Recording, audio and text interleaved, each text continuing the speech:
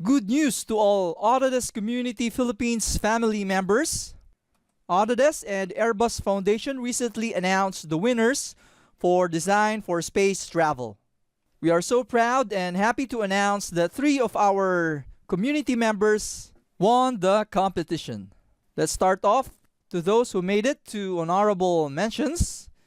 Congratulations to Syra Banaguas.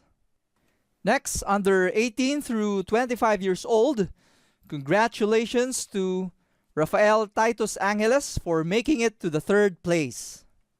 And finally, under the category of under 13 years old, congratulations to Ethereal Melj Aguilar for making it to the 2nd place. You made us very proud. Once more, congratulations, and see you in the next Autodesk Design for Industry. Awesome!